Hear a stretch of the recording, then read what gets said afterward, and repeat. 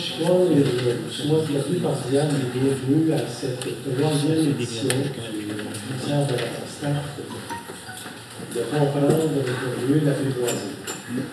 Cette soirée a lieu en étroite collaboration avec l'Institut du cancer de Montréal et la Fondation Viral et est organisée par le groupe de soutien du cancer de la prostate sous l'égide du CHU.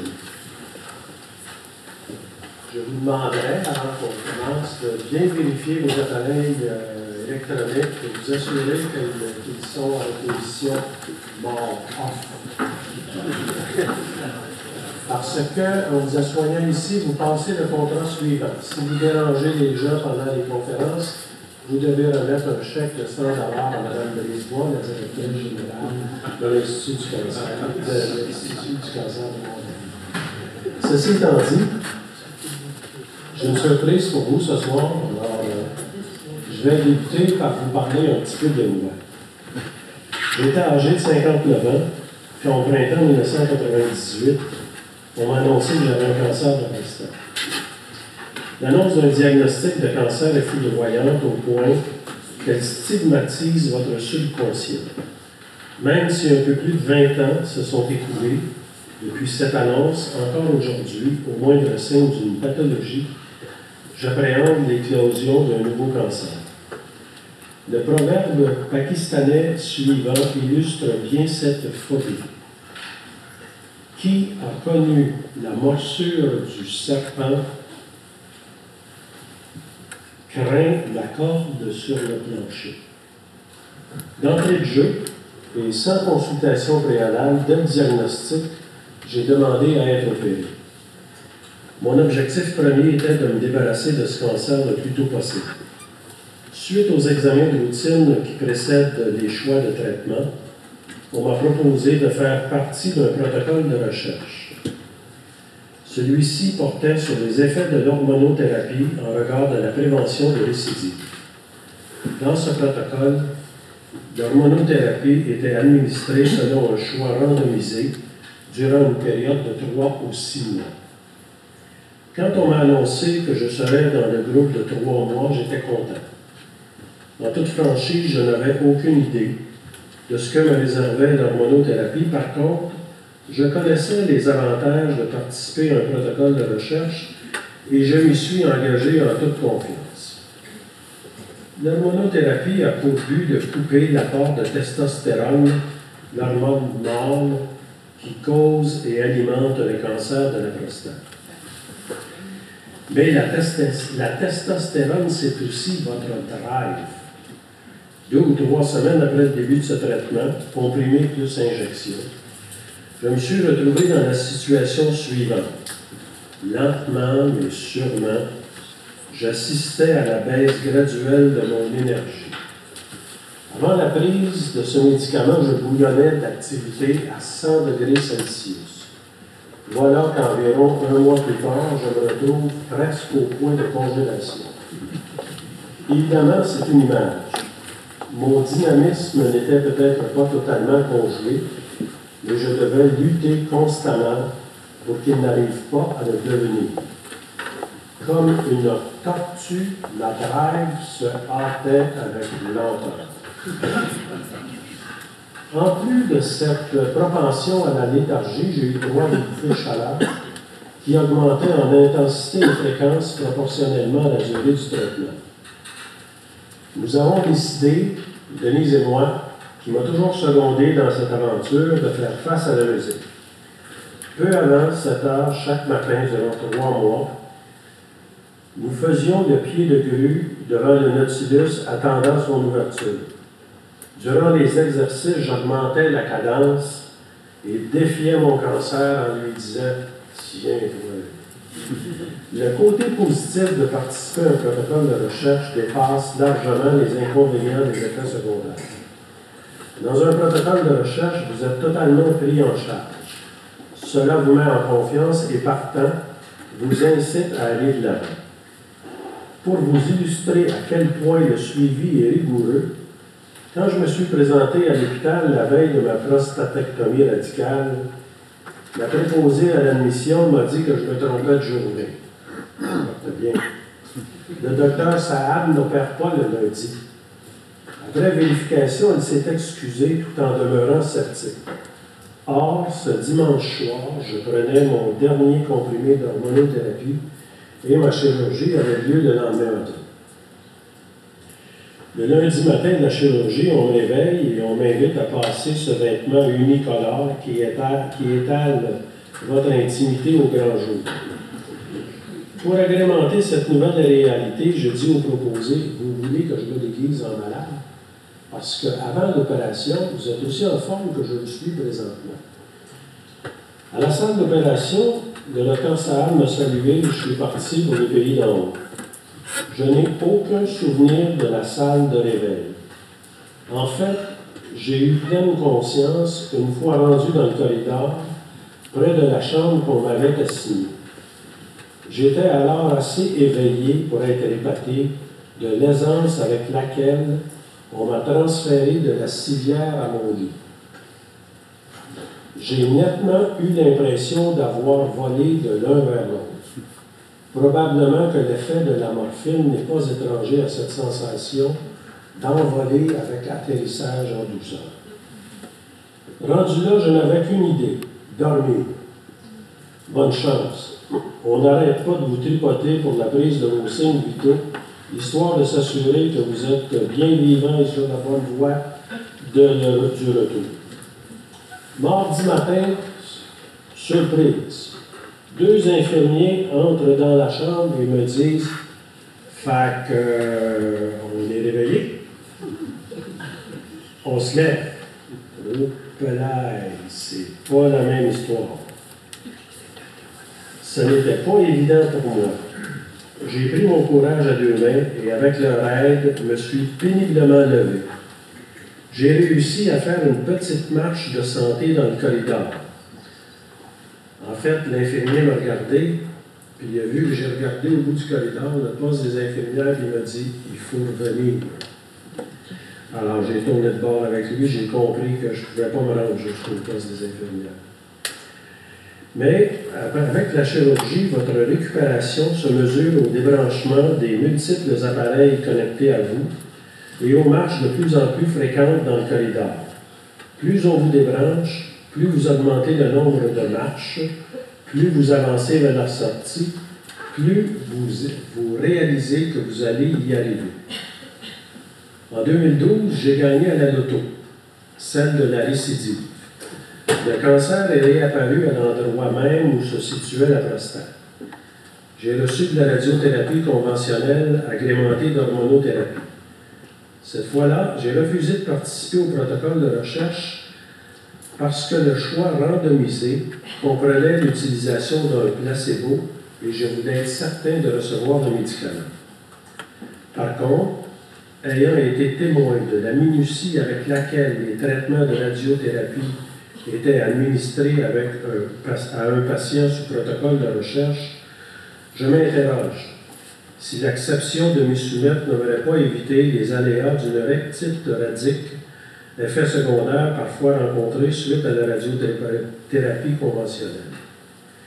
J'ai trouvé l'expérience de la radiothérapie difficile comparée à la chirurgie, qui fut un charme. D'une part, 37 traitements, c'est long. De plus, en cours de traitement se sont ajoutées des difficultés intestinales fort désagréables. Par contre, il y a un côté extrêmement positif à ces aléas. Depuis 6 ans, mon APS est à 0. Depuis 6 ans, je n'ai aucun signe de cancer de prostate. Je suis si heureux du résultat que le temps venu, j'ai l'intention de mettre un petit peu d'ambiance au crématoire, en leur demandant de m'incinérer avec un gros sac de graines de maïs à popcorn. Merci beaucoup.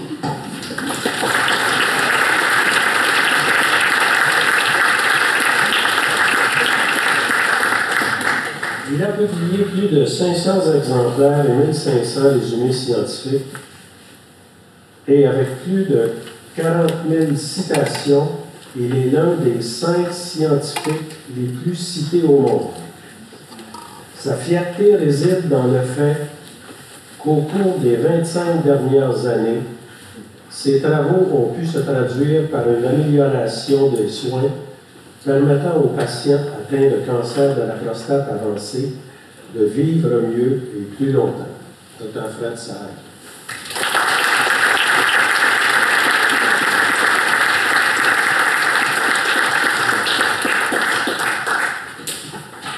Alors, merci Claude pour ce témoignage. Et, il y a justement 20 ans que le groupe de soutien a vu le jour et c'était un patient que vous venez juste d'entendre qui m'a dit sais-tu, savez-vous, il est poli. Il n'existe pas grand-chose comme soutien pour les patients atteints de cancer de la prostate et comprendre qu'est-ce qu'on peut vivre. Et j'aimerais faire quelque chose. Alors, Claude a pris les initiatives de mettre à jour, de mettre sur pied le groupe de soutien qu'on a établi en 1998. Alors, ça fait 20 ans cette année. C'est 20 ans depuis que je l'ai opéré, que ce groupe de soutien. Alors, j'aimerais le remercier pour tout son dévouement.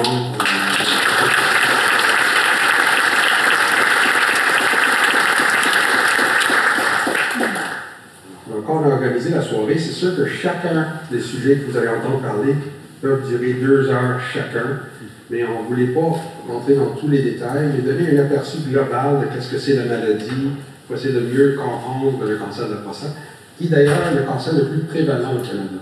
Quand on dit prévalent, c'est que le nombre d'hommes qui se promènent avec le cancer de la prostate dépasse à peu près tous les autres cancers au Canada. Alors, la prostate, c'est quoi? Alors, la prostate, vous voyez ici à l'image, c'est cette petite organe qui se trouve tout de suite après la vessie, d'où l'urine doit passer à travers pour être capable de sortir. Alors, quand les hommes ont des problèmes à uriner, c'est le plus souvent parce que la prostate commence à grossir. Mais ça, c'est un phénomène normal avec le vieillissement. Et au moins un homme sur 3 va voir ses symptômes urinaires apparaître en vieillissant.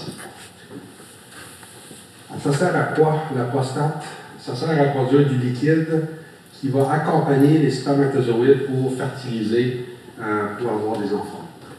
On peut avoir des enfants sans avoir de prostate si on va chercher les spermatozoïdes directement du testicule. Un peu moins plaisant comme moyen d'avoir des enfants, mais avec la prostate, ça n'a aucune autre fonction comme telle. Aucune fonction sexuelle, ça ne donne pas le libido. C'est pas ça qui est responsable des érections, et Dr. Valquet va vous parler un peu des troubles érectiles. Et tout ce que ça fait, c'est le temps grossir ou donner des cancers. Alors malheureusement, pas beaucoup d'utilité quand on ne veut plus avoir d'enfants, et ça fait vivre les urologues énormément, parce que c'est un problème majeur pour les problèmes de prostate en vieillissant. Le cancer de la prostate au Canada, on estime à peu près 24 000 nouveaux cas en 2018. 4 000, malheureusement, ont décédé de cancer de la prostate. Ça en fait le 3e plus meurtrier de tous les cancers, quasiment identique avec le cancer colorectal. Et le cancer du poumon demeure le cancer le plus important en termes de mortalité, mais qui est en chute libre parce que les hommes fument de moins en moins. Un homme sur 7 dans sa vie va avoir un diagnostic de cancer de la prostate et à peu près un homme sur 28 va malheureusement en mourir. On se pose souvent la question, c'est quoi les facteurs de risque qui font encore développer un cancer de la prostate? L'âge est numéro 1. Si on vieillit, le risque de développer un cancer augmente avec chaque décade. Alors les pays où l'espérance de vie est très courte, le cancer de la prostate n'est absolument pas un problème. Mais les pays comme la nôtre, où l'espérance de vie chez les hommes s'approche de 80 ans, ça devient un problème majeur, parce que les gens vivent de plus en plus longtemps, en meilleure santé, et c'est un cancer vraiment de vieillissement. L'histoire familiale est très importante. Plus qu'il y en a dans la famille, plus qu'il y a de risque de faire un cancer de la prostate. Identique au cancer du sein. La race, on a longtemps pensé que la race pouvait jouer quelque chose là-dedans. On n'est pas certain, mais les gens de race noire sont de loin les gens les plus à risque de faire un cancer de la prostate. Et ça s'étudie aux États-Unis, où il y a beaucoup de gens de race noire avec une bonne espérance de vie. Et aussi dans des pays comme, ou des régions comme la Martinique et la Guadeloupe, où il y a des gens de race africains, mais avec une très longue espérance de vie, parce qu'ils ont le système français. Et c'est là, de loin, au monde entier, où il y a le plus de cancer de la prostate. et le plus de cancers mortels. Le diète, le poids, vous avez entendu parler tantôt sur les saines d'alimentation. Alors, plus que les populations ont un poids élevé, prennent une diète riche en gras animal, plus qu'ils semblent avoir des risques de cancer de la prostate. Et c'est la même chose pour le cancer du sein. 2 cancers hormonaux dépendants. La géographie, c'est très intéressant quand on regarde de façon géographique la planète. Si on habite en Asie, les risques de cancer de la prostate est beaucoup moins que si on Amérique du Nord ou en Australie, où ce que, naturellement, une des grosses différences, c'est la diète. Alors, on pense que la diète riche en gras animal peut favoriser. Et si on regarde aussi les endroits dans le monde où il y a le moins de soleil, alors si on regarde le Norvège, Luxembourg, Islande, Canada, c'est là où il y a le plus haut taux de mortalité par cancer de la prostate. Et on suspecte que peut-être la vitamine D joue un rôle là-dedans, l'exposition au soleil. Peut-on prévenir? Alors, il y a beaucoup de mythes, il y a beaucoup qui s'écrit sur la prévention, et sur l'industrie en elle-même. Ils se vendent pour au-dessus de 1 milliard de dollars de produits naturels pour essayer de prévenir le cancer de la prostate, basé sur très peu d'évidence réelle. Alors, c'est quoi les réalités? La vitamine E, absolument pas prendre des suppléments. C'était tellement intriguant les résultats avec la vitamine E que le NIH et le Canada ont investi 350 millions de dollars pour documenter si la vitamine E peut réduire le risque de développer un cancer de la prostate. Et les résultats ont été très sévères. Non seulement ça ne réduit pas le risque, ça l'augmente. Alors, si vous avez un message à avoir en partant d'ici, c'est que de grâce, prenez pas des suppléments de vitamine E, prenez-le normalement dans votre diète, mais pas des gros suppléments de vitamine E. Ça ne réduit pas le risque, ça l'augmente, et maintenant on sait qu'il y a des risques cardiovasculaires, il y a d'autres problèmes, mais ce n'est pas limité au cancer de la prostate quand on parle de vitamine E à grosse dose.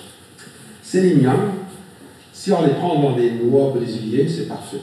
Vous ne pouvez pas vous intoxiquer. Et si vous prenez des suppléments à haute dose, le sélénium aussi a tendance à augmenter le risque de cancer de la prostate et à augmenter le risque de développer un diabète. Alors, sélénium naturel, aucun problème, mais des suppléments à grosse dose, ce n'est pas protecteur, c'est même néfaste.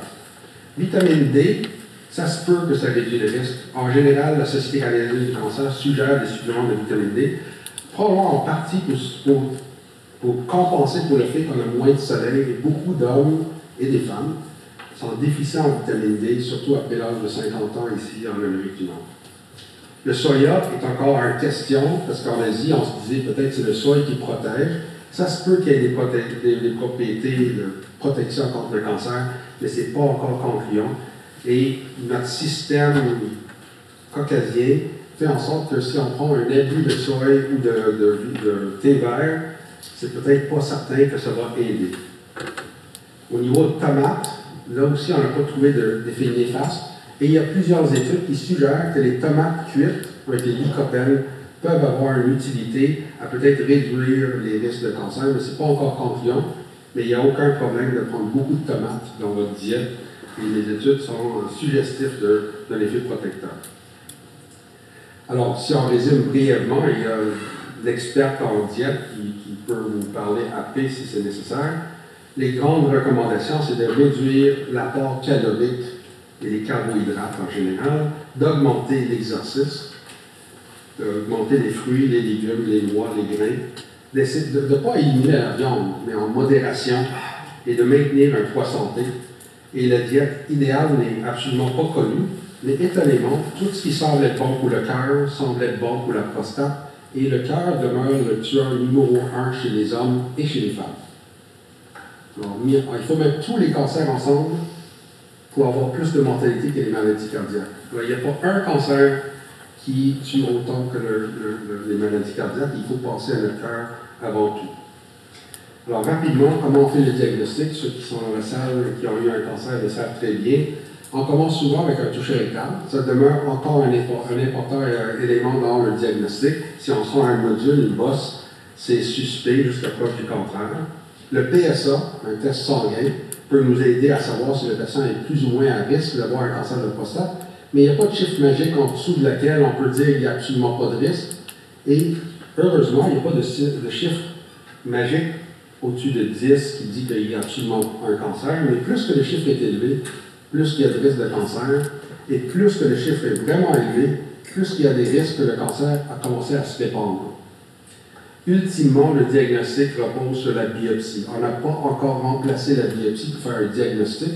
Il faut malheureusement encore mettre une aiguille dans la prostate et regarder au microscope pour savoir, un, cancer, oui ou non, et deux, aussi important de savoir s'il y a un cancer ou pas, c'est de savoir à quel point elle est agressive. Parce qu'on va grader les cancers de 1 à 5 selon l'architecture au microscope, parce que des cancers qui sont bien différenciés ont très peu de chances de donner des problèmes, tandis que d'autres, des grades 4-5, il y a des hauts risques que le cancer puisse progresser. On commence à ajouter la résonance magnétique pour nous aider à savoir si les patients sont plus ou moins à risque d'avoir un cancer. Ça ne remplace pas la biopsie, ça ne remplace pas l'échographie, mais il y a de plus en plus d'évidence que ça peut être utile pour identifier le site le plus sujet d'avoir un cancer susceptible. Et vous voyez ici, on peut le voir. Et ça, ce serait un endroit difficile à atteindre par la biopsie. Alors, si jamais un patient a une biopsie, on ne trouve pas de cancer, mais il y a un haut suspicion, on va souvent faire une résonance magnétique pour être sûr qu'on n'a pas manqué un endroit qui est inaccessible ou difficilement accessible avec la biopsie. Alors, je vais juste toucher sur les gradations de cancer. Parce que vous allez entendre souvent, si vous voyez votre médecin, qui va parler de grade de glycine ou de score de glycine. Et le plus faible score qu'on peut avoir, c'est 6. Alors, ça a l'air nono un peu. Pourquoi on commence avec 6 comme le plus faible score? Mais ça, c'est historique dans la gradation. Alors, il y a une tentative mondiale d'arrêter de dire glycine 6 et de dire groupe 1. C'est peut-être plus facile pour un patient de comprendre si dans le groupe 1, que c'est le moins agressif. Et les groupes 1 ont un pronostic qui est excellent, avec à peu près 0 risque d'avoir des métastases. Un groupe 2, c'est un grade 3 plus 4, parce que la prostate n'est pas homogène quand il y a un cancer. Et le pronostic, là aussi, est excellent. Très rarement, on va développer des métastases, mais il faut commencer à le prendre au sérieux parce qu'il y a un peu de glycine 4 qui commence à être plus agressif avec le potentiel de sortir de la prostate. Le groupe 3, c'est le glycine 4 plus 3. Alors, ce n'est pas de la sémantique, parce que les deux sont des 7 totales. Et quand on met 4 en premier, ça veut dire qu'il y a plus de 4 que de 3. Ça veut dire que c'est majoritairement agressif. Et après ça, on a les glycines 8, ce sont les 4 plus 4, et les glycines 9 à 10 qui sont malheureusement le pire des pronostics. Et vous voyez que les études ont montré très clairement que quand on opère quelqu'un avec un groupe 1, le risque que le cancer revienne au bout de 10 ans est minime. Tandis qu'un groupe 4 ou 5, le risque est très élevé et probablement une modalité thérapeutique ne suffit pas pour guérir ces patients-là. Et Dr. Demillo va vous parler un peu des combinaisons d'hormonothérapie et radiothérapie pour les patients. Alors, une fois qu'on a fait le diagnostic, il faut savoir dans quel stade se trouve le malade. Alors, est-ce que le cancer est tout petit? On ne peut même pas la sentir au doigt. Alors, les stades T1, on ne sent rien au doigt. T2, il y a une petite bosse. T3, c'est que ça commence à déborder. C'est sorti de l'enveloppe de la prostate. Et ça, malheureusement, les chances de guérir commencent à diminuer de façon importante. Et un T4, c'est quand ça commence à toucher d'autres organes, le rectum, la vessie. Et il y a des patients, malheureusement, qui nous arrivent avec des métastases comme premier diagnostic. Et ça, c'est encore un gros problème qu'on a, parce qu'il y a beaucoup de controverses sur le dépistage, que des patients arrivent avec des PSA à 200, 300, 1000 comme première présentation. Et malheureusement, c'est clair qu'avec des chiffres aussi élevés, les métastases au niveau des os sont prévalentes. Là, on peut catégoriser les patients selon le risque que le cancer revienne après le traitement ou le risque que le patient en meure de sa maladie. Alors, la meilleure catégorie, c'est le bas risque. Alors, c'est une combinaison de PSA en bas de 10, de glycine pas plus de 6, et d'un stade au maximum un petit nodule qu'on peut sentir. À l'autre extrême, les patients à haut risque. Si on a n'importe quoi de ces trois éléments-là, on est automatiquement à haut risque. Un PSA au-dessus de 20, un glycine 8 à 10, ou au doigt, on a l'impression que le cancer déborde de la capsule. Et ça, c'est des cancers qui sont les plus urgents à traiter et qui ont besoin de toute notre attention, parce que malheureusement, c'est les patients les plus à risque d'avoir des rechutes et peut-être de décéder de leur maladie. Et l'intermédiaire, c'est n'importe quoi entre les deux extrêmes. Alors, comment on traite très brièvement, dépend du grade, du stade, mais contrairement à d'autres cancers, on doit absolument prendre en considération l'espérance de vie du patient et de ses choix. Parce que ce n'est pas guérir à tout prix. Il y a une question de qualité de vie chaque fois qu'on prend une décision. Alors, c'est sûr qu'un cancer qui est à son début, qui pourrait prendre 10-15 ans avant de donner des problèmes, ne va pas être traité de la même façon chez quelqu'un de 50 ans que quelqu'un de 80 ans. Alors, il faut vraiment qu'on inclue là-dedans, pas juste le cancer, mais combien de temps ce cancer a pour évoluer et faire des ravages. Alors, si le cancer est localisé, on pense qu'il est pris vraiment tôt, on peut parfois rien faire. Ça s'appelle la surveillance active, de suivre le patient régulièrement pour être sûr que le cancer ne devient pas plus méchant et là, avoir encore la chance de le guérir si ça progresse. On peut l'opérer ou on peut faire de la radiothérapie, que le Dr. Delia va vous parler. Et si malheureusement, au diagnostic, c'est déjà avancé, débordant ou métastatique, mais là, on va faire d'habitude l'hormonothérapie qui va être la base, plus ou moins de la chimiothérapie et d'autres traitements que je vais vous parler à la fin. Alors, très brièvement, la chirurgie. Le but de la chirurgie, c'est d'enlever toute la prostate. La prostate et les visceux sigmoïdes, tout ce qui donne l'éjaculat, fait partie de l'opération. Et on va couper l'urètre. Alors ici, l'urètre, après la prostate, l'urètre, c'est là qui passe dans le pénis pour uriner. On va couper la vessie et on va enlever la prostate pour qu'il n'y ait rien entre l'urètre et la vessie. Et là, on va les reconnecter avec des points pour que la personne puisse recommencer à uriner le plus normalement possible. Alors, la grosse question, maintenant, on a des robots. Le robot n'opère pas. Le robot prend un chirurgien pour l'utiliser. Et la question, est-ce que la chirurgie ouverte ou le robot, laquelle est meilleure, est déjà documentée. Il n'y a pas de différence. Ça dépend beaucoup plus de l'expérience de celui qui opère. Alors, si on a un chirurgien qui n'est pas habitué d'utiliser le robot, ça peut faire des désastres qui sont pires que la chirurgie ouverte. C'est vraiment l'expérience qui va faire la différence, que ce soit dysfonction érectile, incontinence et le contrôle du cancer. Alors, la chirurgie ouverte, c'est une incision en bas du nombril, et le robot ou la laparoscopie, ça va être 5 petites incisions, et on travaille avec des baguettes.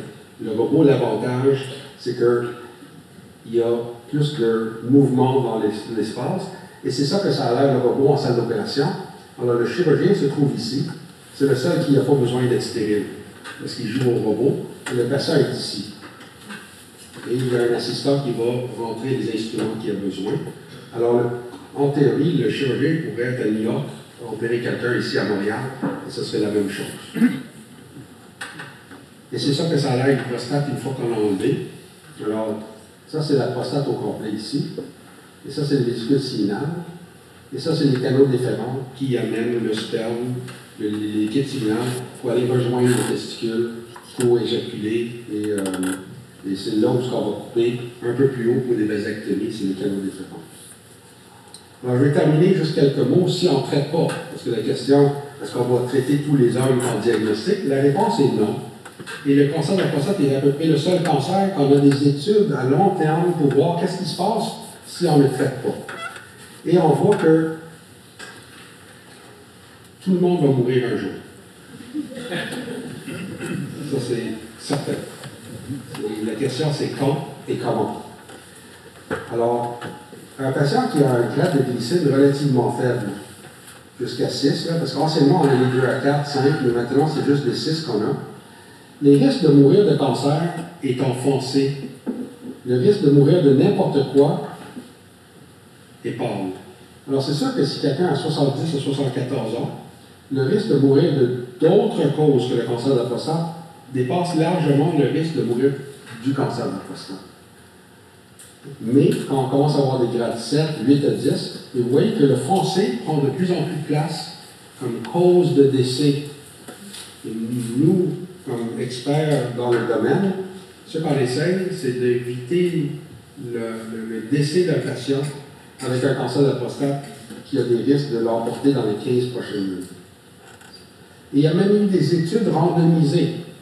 Ça veut dire qu'on a pris des patients en Suède, c'est difficile à faire ici au Canada, où ce que les patients, de façon aléatoire, recevaient un traitement par chirurgie versus pas de traitement. Parce qu'en Suède, il y a longtemps, ils disaient qu'on n'a pas besoin de traiter les cancers. C'est pour ça qu'ils ont fait l'étude pour prouver que ça ne servait à rien de les opérer. À leur grande surprise, ça servait à beaucoup. Ceux qui ont réalisé que, et ça c'est la dernière publication sur 23 ans de suivi, ont réduit le risque de mourir de 44% quand on opère les patients. Il y avait moins d'hormonothérapie qui était nécessaire quand ils étaient opérés. Mais le plus grand bénéfice, c'était des patients en bas de 65 ans. Alors, il faut être capable de moduler le traitement avec le patient devant nous. Mais même les patients plus âgés, il y avait moins de métastases. Qu'est-ce qui se passe une fois qu'on est opéré? On reste à l'hôpital 2 à 4 jours en moyenne. Avec le repos, des fois, ils partent même à 24 heures. La sonde va rester en place d'habitude 7 à 14 jours. Et si, selon la chirurgie, on va laisser un drain ou pas, et d'habitude, ça prend 3 à 4 semaines pour commencer à bien récupérer et recommencer nos activités graduellement. Et je vais terminer sur le dépistage, il y a beaucoup de controverses. Vous entendez des fois des journalistes, oui, non, ça fait trop noir et blanc, et je pense que malheureusement, c'est beaucoup plus gris. Et ce qu'on voit, c'est qu'il y a une expérience mondiale qui s'est faite de façon naturelle. On a réalisé que les pays qui ont eu une attitude de dépister, on a vu la mortalité de cancer de la prostate chuter de façon drastique. Et les pays qui n'ont pas fait de dépistage, pour des raisons de société ou d'économie, on a vu une hausse de mortalité, comme au Mexique, où avec l'espérance de vie qui augmente, le taux de mortalité par cancer de la prostate est en croissance exponentielle. Et la meilleure étude qui a été faite à date, c'était justement en Suède, en Suisse. Et ici, ce qu'ils voyaient, c'est que les patients qui étaient dépistés avaient beaucoup moins de risque de mourir de cancer de la prostate, de 44%, comparé à ceux qui n'étaient pas dépistés. Et il fallait traiter 12 patients pour sauver une vie. Alors c'est très raisonnable quand on compare ça à d'autres maladies. Le défi, c'est que quand on fait un diagnostic de cancer de la prostate, des fois au microscope, ils sont presque identiques. Notre défi, c'est que ce patient-là est vivant, guéri, et ce patient-là est malheureusement décédé.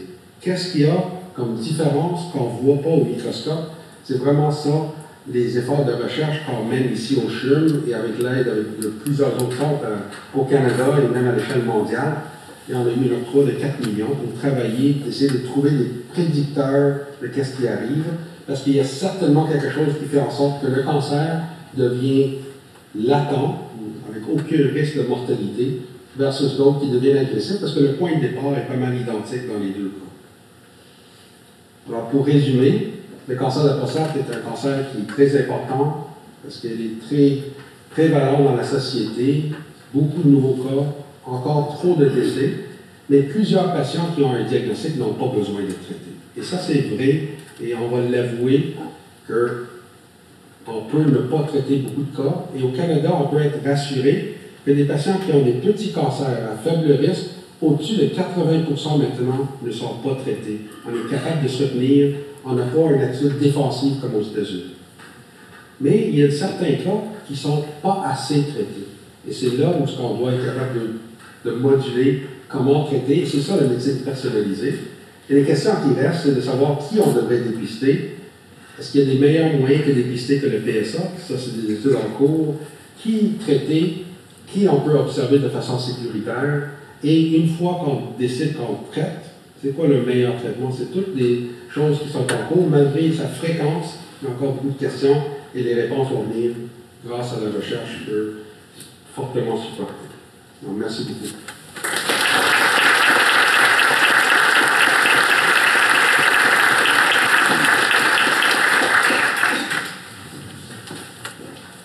Le prochain sujet va porter sur la radiothérapie et les nouveautés en imagerie. Et vous allez avoir 2 conférenciers. Après avoir été admise au barreau du Québec, elle a choisi la médecine.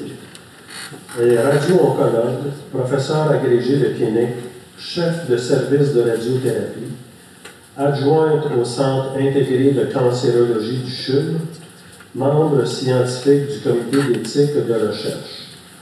Dr Delouillat a un intérêt particulier pour la curithérapie à haut et bas débit de dose. Dr Delouillat.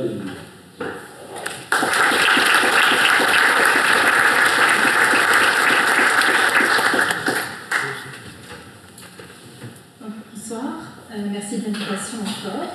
Donc, je vais essayer en 7 minutes d'expliquer un petit peu les concepts de la radiothérapie qui sont normalement expliqués en 1 heure aux patients.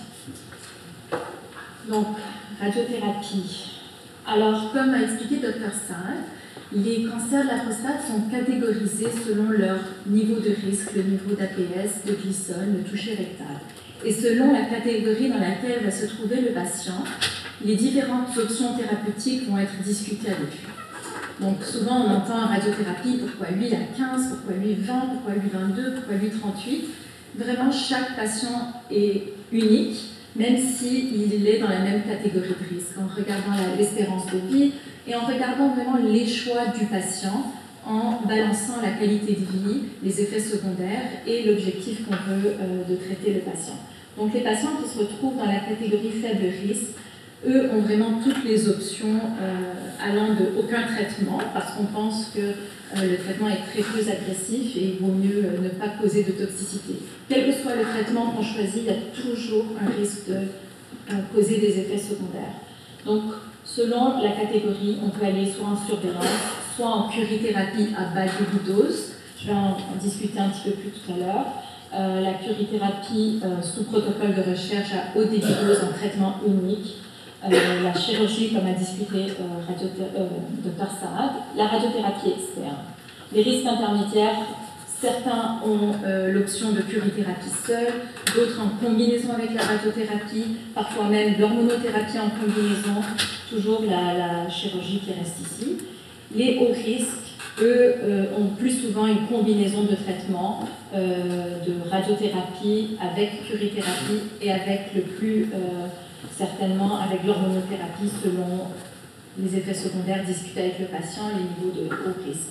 Donc c'est sûr qu'un patient qui a un APS à 19 ou un patient qui a un APS à 12, et les deux sont avec du glycine 7, un avec du 3 plus 4 comme on a expliqué tout à l'heure, ou du 4 plus 3, s'appelle intermédiaire.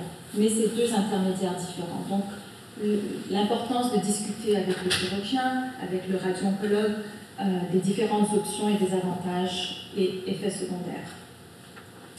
Donc, qu'est-ce que la radiothérapie externe? C'est des rayons qui viennent de l'extérieur. Donc, on peut voir ici un patient qui est touché.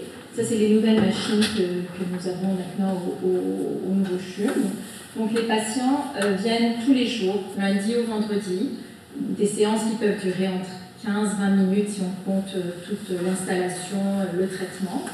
Et ça peut aller entre 3, 4 jusqu'à 8 semaines, encore une fois dépendant sur le niveau de risque et l'option qui a été choisie. Les patients reçoivent tous aujourd'hui de l'IMRT, en tout cas au CHUM, je pense partout au Québec et au Canada.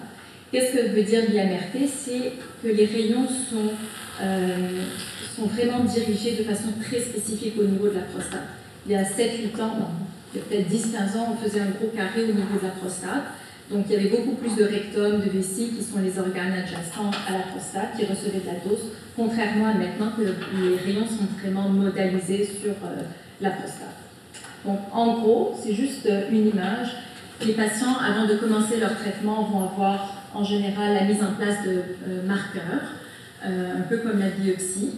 Et ça va permettre de localiser la prostate en cours de traitement, qui est un organe, la prostate, qui peut bouger selon la vessie et le rectum, qui peut, selon chaque jour, être plus ou moins rempli ou plus ou moins plein. Donc, ils vont avoir un scan de planification et une résonance magnétique de planification qui vont toutes deux être fusionnées. Donc, on va les coller une sur l'autre pour avoir la meilleure démarcation de la prostate, de la vessie, du rectum. Tout ça, c'est des nouvelles imageries qu'on n'utilisait pas il y a 15-20 ans. Donc, c'est pour ça que les traitements s'améliorent. Ensuite, on planifie par où vont passer les rayons pour essayer de limiter la dose aux organes qu'on ne veut pas irradier. Et ça, c'est l'image de ce patient-là qui est en cours de traitement. Donc, le radio-oncologue n'est pas la personne qui délivre les traitements, c'est vraiment les technologues qui sont vraiment mieux habilités que nous. Mais nous, on vérifie que les traitements sont bien donnés tous les jours, selon, vous voyez ici, un marqueur. Donc, les technologues en salle vont se placer tous les jours au niveau des marqueurs et nous, on va s'assurer que la prostate est bien traitée tous les jours. Pour certains, on a eu des protocoles, des fois hors protocole. Il y a des patients qui peuvent être traités par radiothérapie externe, mais la machine qui le livre s'appelle le CyberKnife.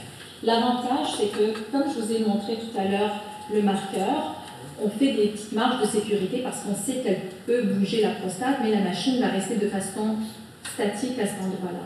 Quand on traite par CyberKnife, la machine va suivre les petits marqueurs. Donc, on se permet d'avoir des plus petites marges de sécurité autour parce qu'on sait que la machine va suivre tout le long du traitement. La curithérapie, c'est en gros traiter directement la tumeur. La tumeur, c'est la prostate en son entier. Comme la chirurgie, on enlève toute la prostate, la radiothérapie, on traite toute la prostate, la curithérapie aussi. Il y a deux types de curithérapie. Il y a celle à bas débit, donc c'est des implants permanents d'iode 125, donc des sources scellées radioactives qu'on insère au niveau de la prostate, qui vont rester là de façon permanente, mais qui vont tranquillement se dégrader. La source reste, mais la radiation va perdre sa force tout au long des mois. Donc au bout de 6 mois, il n'y a pratiquement plus de radiation. Et c'est en général un traitement qui se donne de façon unique. Donc un traitement et le traitement est fait.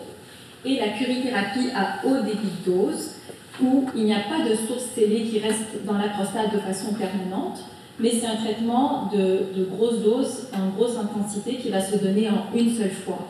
Et c'est comme l'équivalent d'environ 2-3 semaines de radiothérapie. Donc quand on la combine avec la radiothérapie, c'est pour ça que les patients ont moins de radiothérapie externe, parce qu'on complète ce qui manque par la curithérapie. Donc on ne fait plus comme ça. C'est vraiment de façon beaucoup plus sophistiquée. Donc la curithérapie LDR, elle se fait en général par rachis, donc comme une épidurale, les mamans qui ont des bébés. Et on insère des sources qui sont vraiment toutes petites, la taille d'un grain de riz, même plus petit. Puis ça se fait par voie transpérinéale. Le périnée, c'est la peau qui est entre le scrotum et le rectum. La prostate est juste là. Donc on y insère des aiguilles et on laisse de façon permanente des sources qui vont livrer leur radiation sur les 6 prochains mois.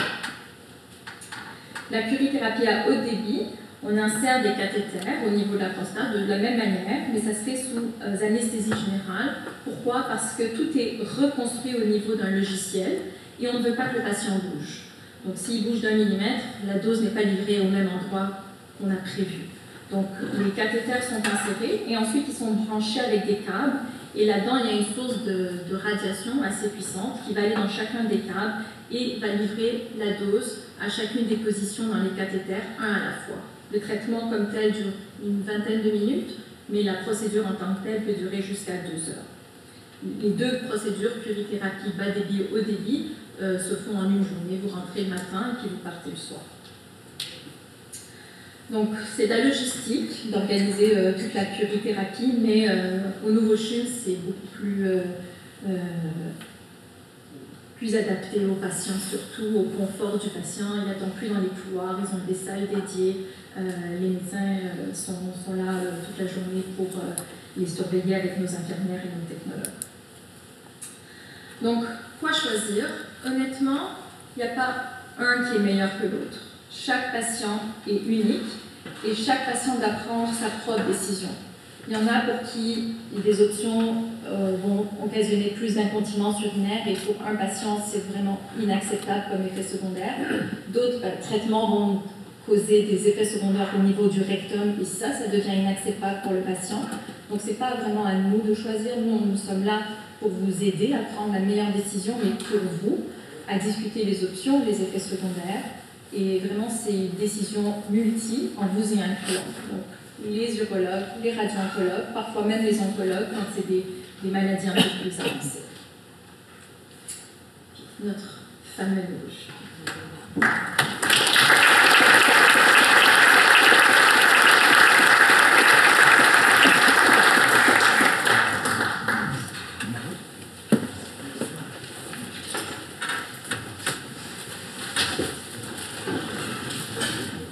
Dr Daniel Junot est spécialiste en médecine nucléaire.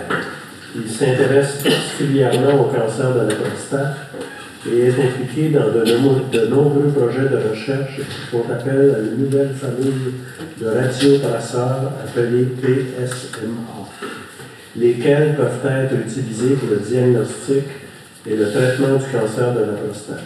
Dr Junot.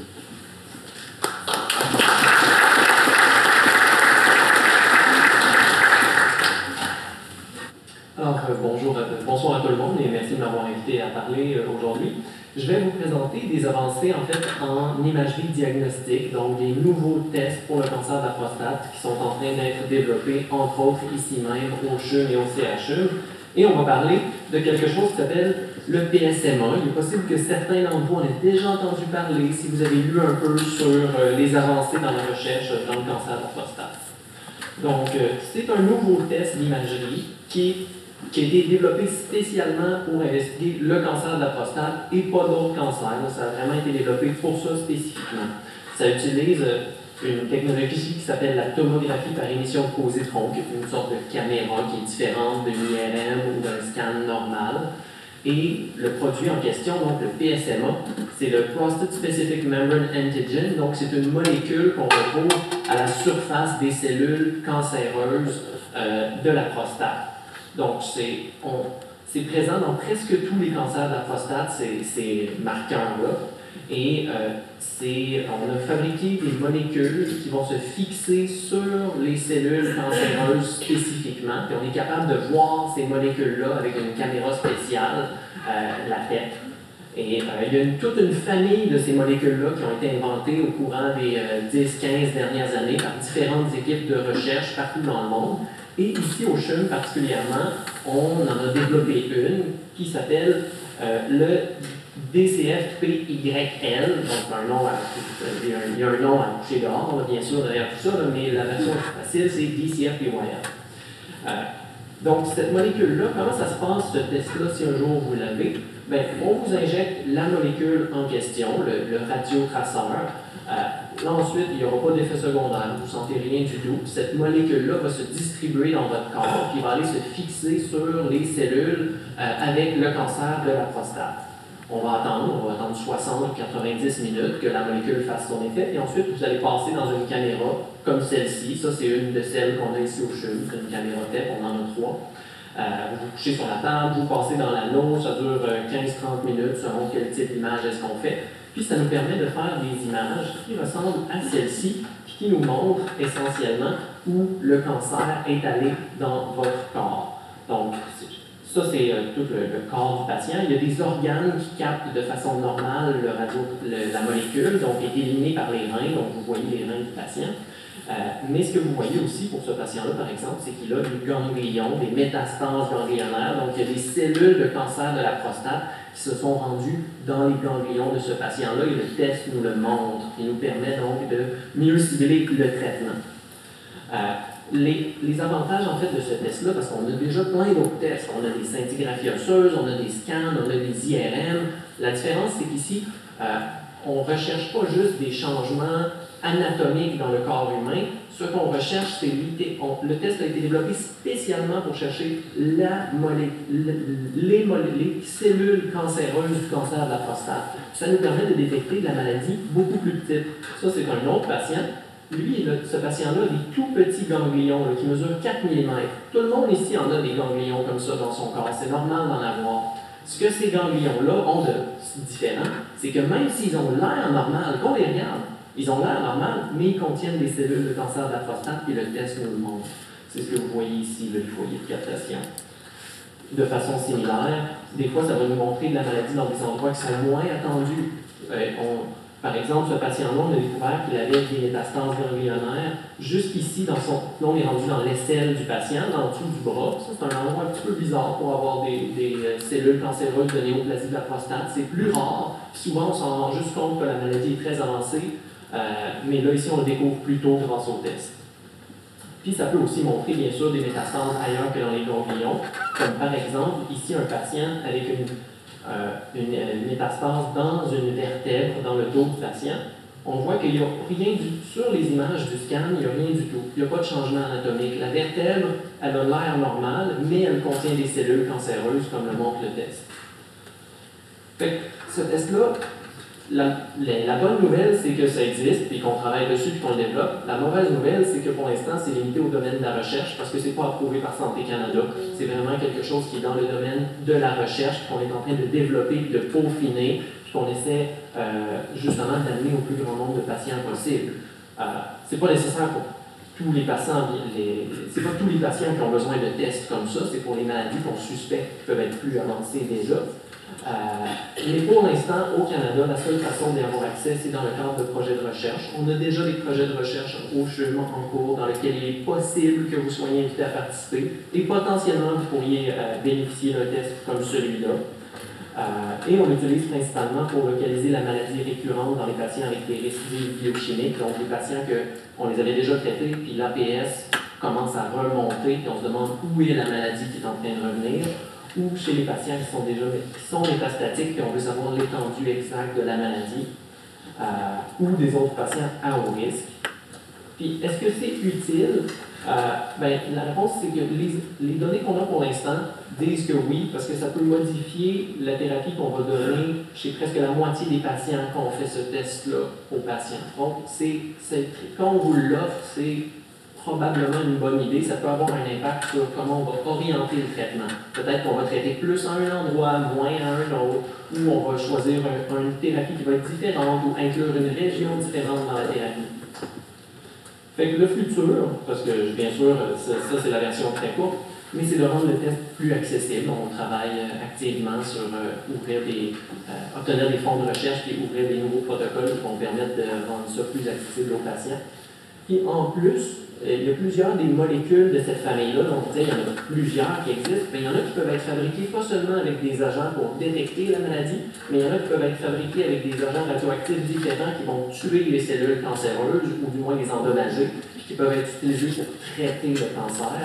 Ça, c'est une autre voie de futur qui s'ouvre avec l'arrivée de ces agents-là personnalisés qui ciblent vraiment les cellules du cancer de la prostate. Et voilà.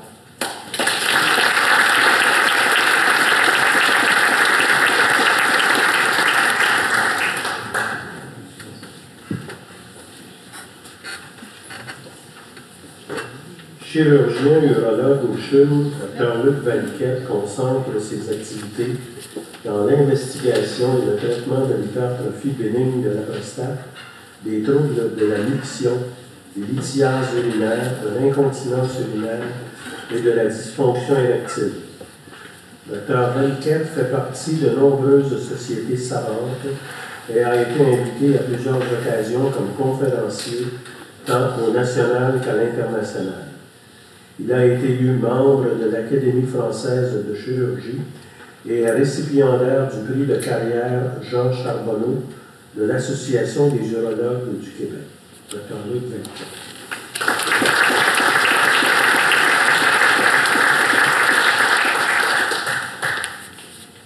Pendant que ce jeune homme planche la clé USB, je voudrais remercier M. Chicoine pour l'invitation et je vous félicite pour le travail que vous faites.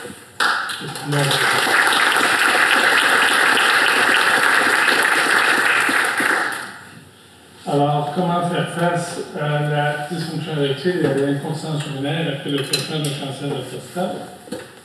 Alors, les traitements peuvent entraîner des complications urologiques, prostatectomie radicale, dysfonction érectile dans 30 à 80% des cas sans traitement.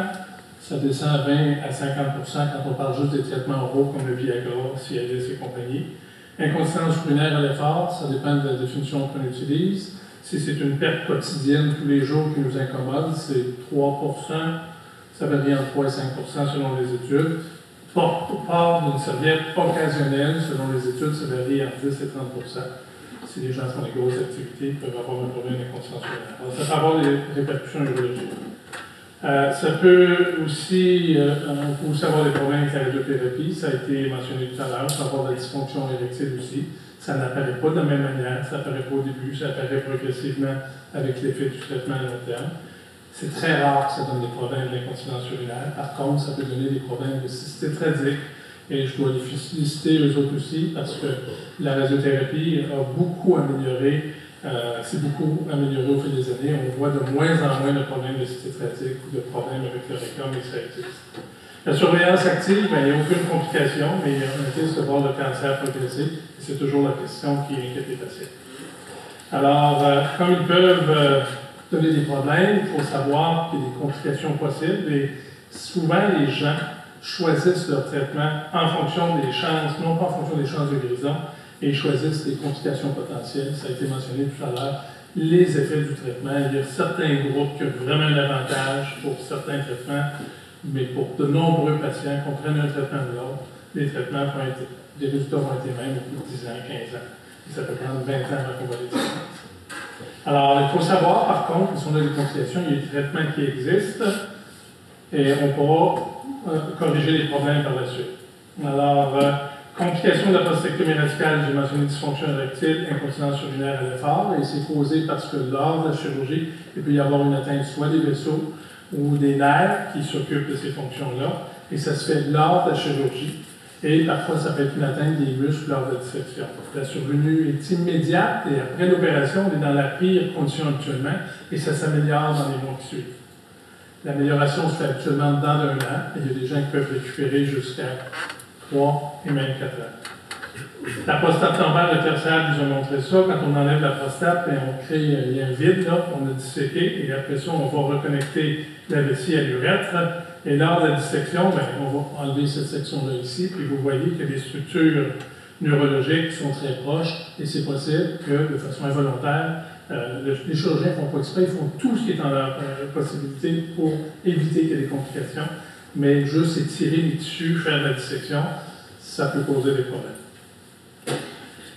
Alors, on peut abîmer les faisceaux neuromusculaires, on peut abîmer les fibres musculaires du sphincter externe, c'est ça qui peut causer soit des problèmes d'incontinence ou de dysfonction érectile. La radiothérapie, encore une fois, selon le type de radiothérapie, on peut avoir de la dysfonction érectile, on peut avoir une cystite radique, on peut avoir des fois des problèmes d'hyperactivité vésicale, c'est-à-dire que ce n'est pas un problème d'incontinence parce que le sphincter a été abîmé, mais on peut avoir des envies fréquentes d'uriner qui vont apparaître progressivement dans les mois ou les années après le traitement. Encore une fois, atteinte vasculaire ou neurologique, qui va apparaître par contre pas immédiatement, ça peut apparaître après le traitement, et l'apparition va être progressive. Et encore une fois, je le mentionne, j'ai observé au cours des 35 dernières années une énorme amélioration des complications et de la prostatectomie radicale et de la radiothérapie. On vous a montré les différents types de radiothérapie, vous en discutez avec votre radio-oncologue, et on vous proposera soit une curithérapie ou une radiothérapie externe. Est-ce qu'on peut prévenir les problèmes de dysfonction érectile d'incontinence urinaire? Oui. La meilleure chose, c'est de choisir un chirurgien. On ne choisit pas un robot, parce qu'il y a des gens qui servent de robot. Et si c'est leur 3e cas de robot quand ils vous opèrent, ils vont être moins bons que le gars qui a fait 200 chirurgies au robot. Et quelqu'un qui a opéré des centaines de patients par voie chirurgicale, il va vous donner les meilleurs résultats que quelqu'un qui commence sa pratique. Il y en a qui apprennent plus vite que d'autres. Il y en a qui s'améliorent au fil des années. Il y en a, c'est difficile de choisir son chirurgien, mais c'est un sujet. Souvent, les gens parlent de leurs amis, des gens d'expérience qu'on a eu. Et j'ai remarqué au cours de ma pratique que les amis proches qui ont déjà subi la maladie, ça a souvent un impact majeur sur le choix des traitements des patients. La radiothérapie, encore une fois, les gens vont discuter avec les radio-oncologues, ils vont se faire proposer des projets de recherche. Puis j'encourage les gens à y participer et les gens vont choisir de plus en plus des techniques qui sont le plus focalisées sur la prostate pour se débarrasser du cancer, mais il y a toujours des complications possibles, soit dysfonction érectile ou de cystite radique. Après le traitement du cancer, dans les premiers mois, tout le monde focus sur la guérison du cancer, et là c'est la panique du PSA, il est-tu à zéro, il est-tu baissé, et puis on entend parler juste de ça. Mais au fur et à mesure que le temps évolue, les gens recommencent à focuser sur la qualité de vie. Les annonces à la télé, là, le cancer, là, on apprend ça, puis on tombe sur le dos, puis on bascule avec le fauteuil, là, tout le monde fait la même chose, c'est normal. Mais une fois qu'on a eu notre traitement, puis que la prostatectomie, ça a bien été, puis que la radiothérapie, ça a bien été, mais là, on commence à regarder la qualité de vie. Puis si vous ont guéri, et que vous avez encore 25 ans à vivre, la qualité de vie pendant 25 ans, c'est important.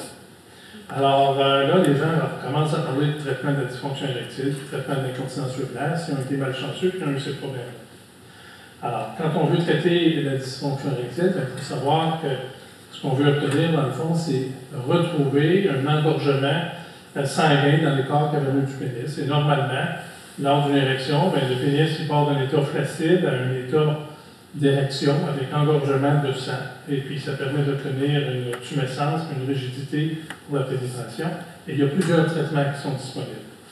Alors, on va les reprendre, les traitements un par un. Ça part de la psychothérapie, sexothérapie, médication orale. Vous allez voir une quinzaine de traitements qui sont offerts. Moi, je dis toujours en blague à mes patients que ce soit après un traitement de cancer, quoi que ce soit, il n'y a pas de limite.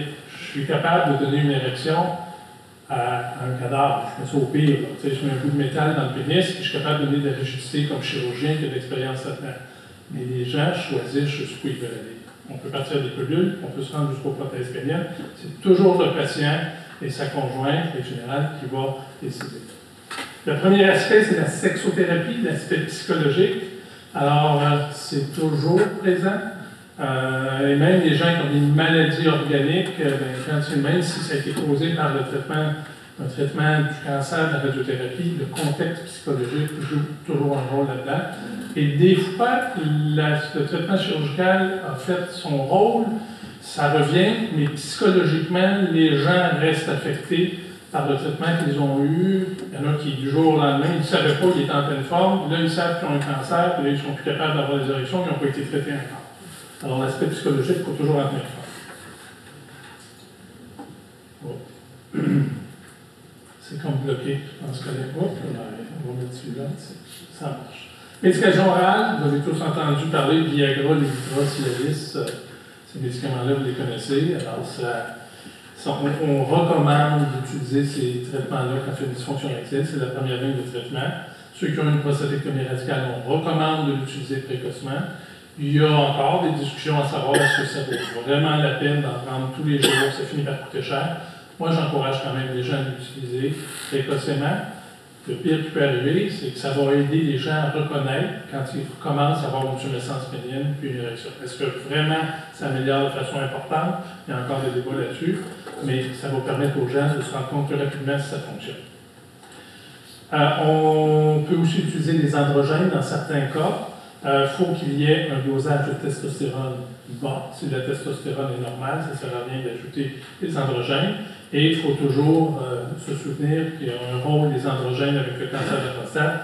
Et certaines personnes vont mentionner que des études qui disent que ça n'a pas d'importance une fois qu'on a été traité pour le cancer, il ne devrait pas y avoir de risque, mais on fait quand même attention et on suit les patients. De toute manière, les autres patients-là sont déjà suivis pour le cancer de la prostate. Ils vont avoir des PSA. S'ils ont un taux de testostérone qui est bas, on peut l'utiliser pour au moins augmenter la libido et le désir sexuel. Les autres options thérapeutiques, on peut utiliser des traitements intra-urétraux, des injections dans le pénis, on peut utiliser des pompes à vide ou des prothèses péniennes. Je commence avec la prostaglandine, c'est un applicateur qu'on insère dans le pénis. Et lorsque les gens ne peuvent pas utiliser le Viagra, Cialis et compagnie, on peut aller injecter directement à l'extrémité du pénis avec un petit applicateur. On va porter un petit grain de riz qu'on écrase à l'intérieur du pénis. Et cette pastille médicamenteuse va libérer de la prostaglandine et ça pourra aider à obtenir une érection. On peut aussi aller injecter des produits directement dans le pénis. J'explique aux patients que c'est comme si on allait, au lieu de prendre le Viagra par la bouche qui va dans l'estomac, qui va dans le sang pour finalement s'en aller dans le pénis, on peut aller injecter le produit directement dans les corps caverneux du pénis pour obtenir une érection. Quand on parle de mettre une aiguille dans le pénis, pas déjà, il y en a quelques-uns qui ont changé de couleur dans la salle. Mais Dieu a bien créé l'homme.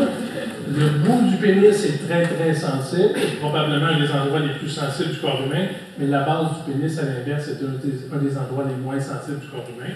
Alors, le bon Dieu y avait pensé.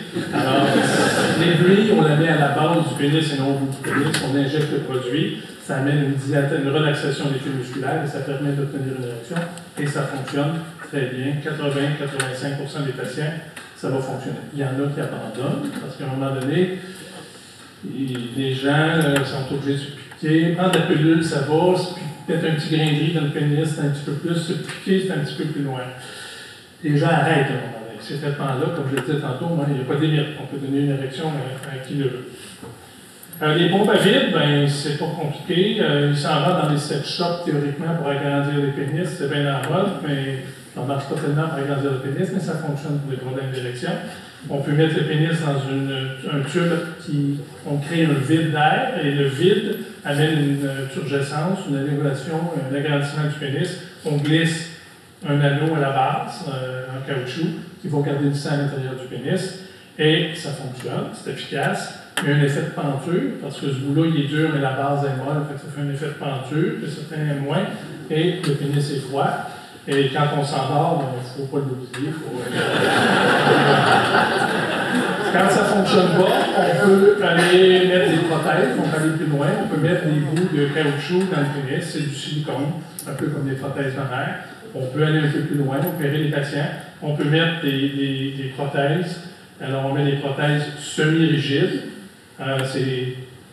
C'est un peu malléable. Les plus vieux se souviennent des Flexi Rules, ceux qui faisaient les courbes là, à l'écran. Il y en a des têtes qui ont des Flexi Rules, c'était comme du caoutchouc là, pour faire des courbes avant l'ordinateur, les plus vieux. Là.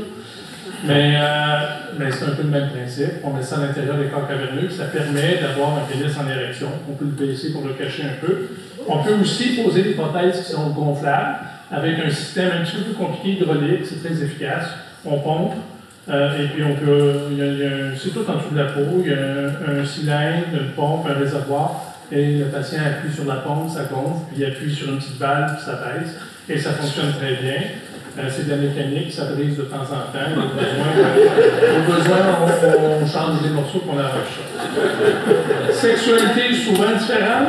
Le choix du traitement qu'on offre est toujours en partant du plus simple au plus compliqué. La poursuite du traitement diminue avec l'âge et l'état de santé général et oncologique.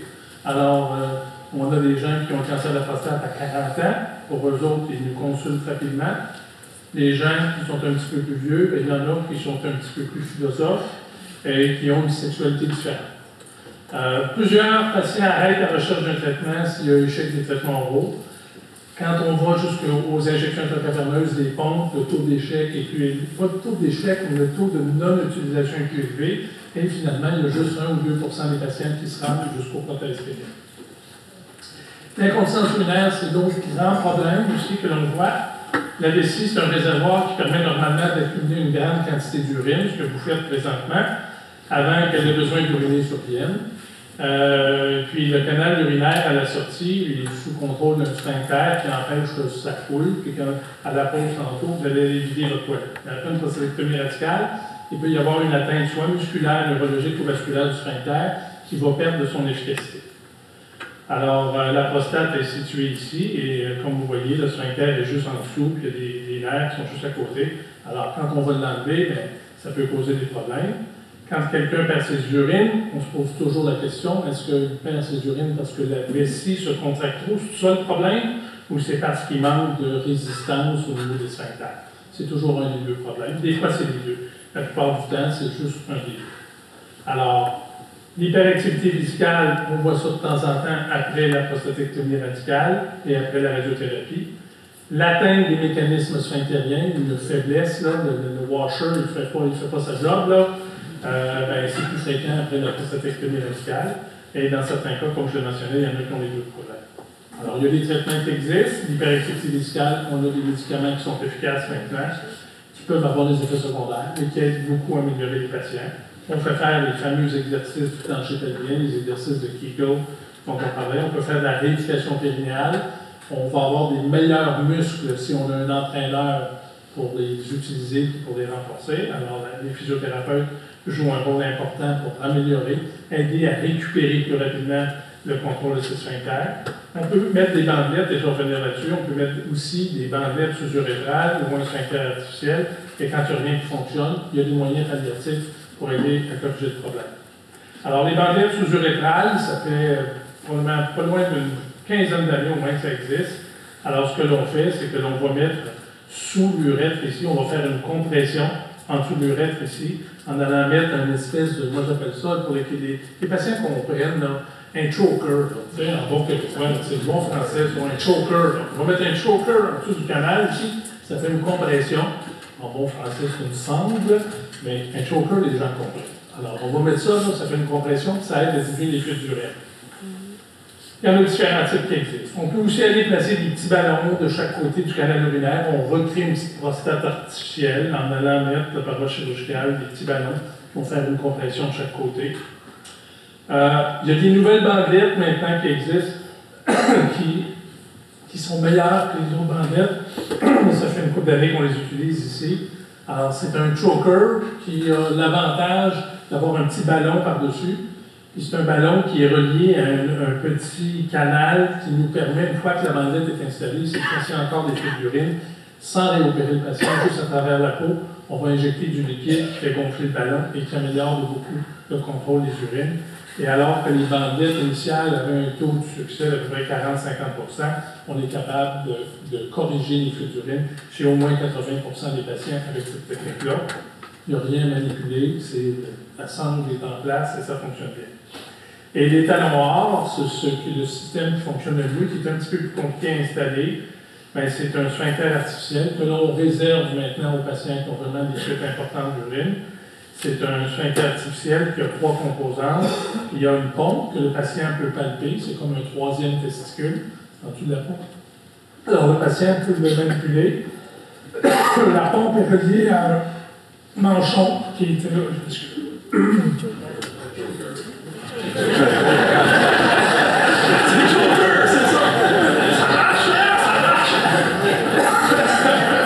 Ça va partir là. Alors, c'est relié, il y a un manchon qui entoure l'urètre.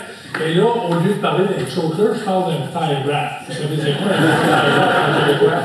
Alors, on va vraiment mettre un tie wrap autour de l'urètre. Et puis, ce tie wrap-là, c'est un tie wrap sophistiqué. Parce qu'il y a une petite quantité de liquide aussi autour. Et il y a une petite pompe qui est reliée. Et il y a un ballon qui contient du liquide. Et le ballon, il est soit autour du manchon ou dans le réservoir. Merci, vous êtes charmante.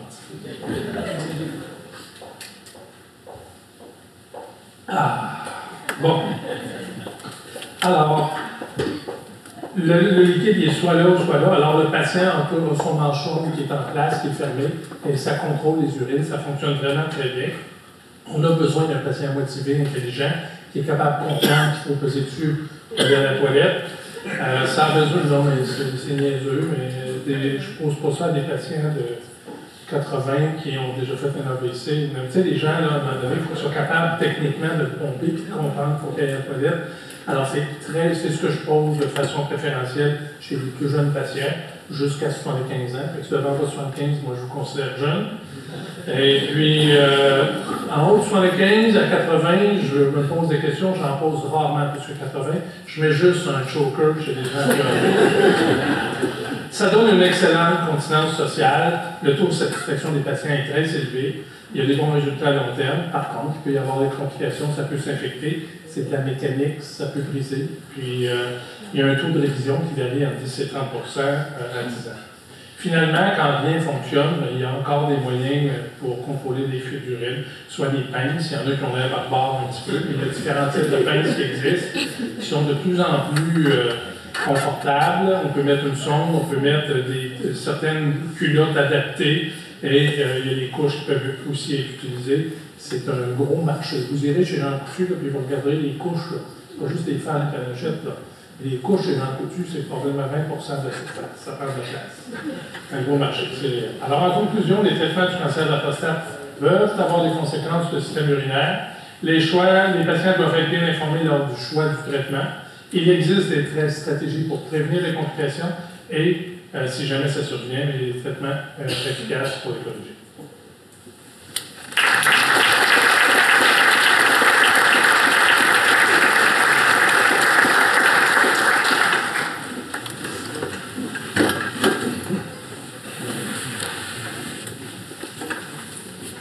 Dr. Saad va vous parler des options de traitement pour le cancer avancé. Alors là, je vais vous parler de qu'est-ce qu'on fait avec les patients que malheureusement on n'a pas réussi à guérir ou qui arrivent à un stade plus avancé de la maladie. Et oui, il y a des options thérapeutiques et les options s'améliorent d'une année à l'autre. grâce à la recherche. Alors, ce qui étonne souvent les patients qui viennent nous voir, qui ont eu une prostatectomie radicale, qui disent qu'ils n'ont plus de prostate, ils se posent des fois la question, pourquoi le PSA? J'ai plus de prostate. Et c'est une excellente question, parce que, en effet, le seul organe qui produit du PSA, c'est la prostate. Mais le PSA peut augmenter s'il y a des cellules prostatiques n'importe où dans le corps. Alors, si quelqu'un, par exemple, a eu une prostatectomie radicale, n'a plus de prostate, et le PSA monte, ça veut dire qu'il y a des cellules prostatiques quelque part. Ça peut être au niveau de la loge prostatique, où la prostate était avant, et ça peut être un signe qu'il commence à avoir des cellules en circulation qui peuvent s'implanter et développer ce qu'on appelle des métastases. L'avantage du PSA, contrairement à peu près tous les autres cancers qui existent, c'est que si on suit un patient qui a été traité et que le PSA ne bouge pas, reste stable ou à zéro, on n'a vraiment pas besoin de faire d'autres tests. C'est exceptionnel qu'un patient va développer des métastases avec un PSA qui ne bouge pas. C'est des cas assez rares, mais qui existent, c'est pour ça qu'il faut être vigilant. Mais dans 99% des cas, le PSA va être le premier signe qu'il y a une rechute de la maladie.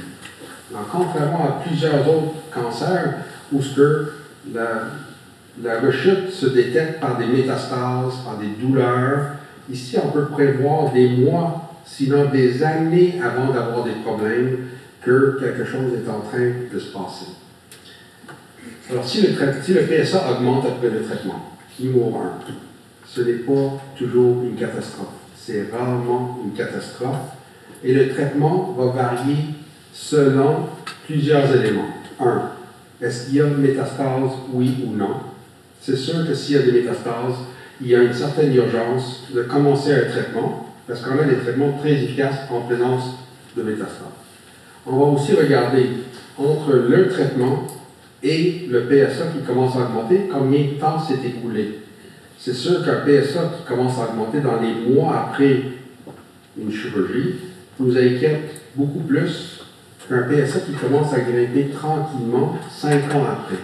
La biologie de la maladie est tout à fait différente parce que ça prend pas mal de cellules avant que le PSA commence à monter. Alors, ça veut dire que les cellules se multiplient beaucoup plus vite si le PSA monte rapidement après l'intervention. Et on va aussi regarder qu'est-ce que c'était le traitement initial. Est-ce que c'était la chirurgie ou est-ce que c'était la radiothérapie? Parce que les options thérapeutiques vont être différentes. Et on va regarder quelque chose qui s'appelle le dédoublement du PSA.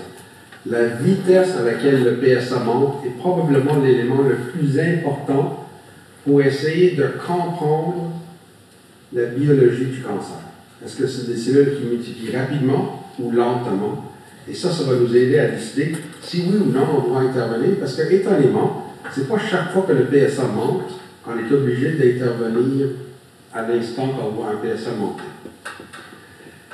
Quand on doit intervenir pour plusieurs patients, sinon la majorité, s'il y a une rechute de la maladie, le traitement de base pour la majorité des cas, c'est l'hormonothérapie. Et qu'est-ce que c'est l'hormonothérapie? C'est une castration. Parce que les cellules cancéreuses dépendent du testostérone pour leur survie. M. Chicoine en a parlé quand il avait donné de l'hormonothérapie, mais c'était plutôt en prévention d'une maladie qui pouvait progresser.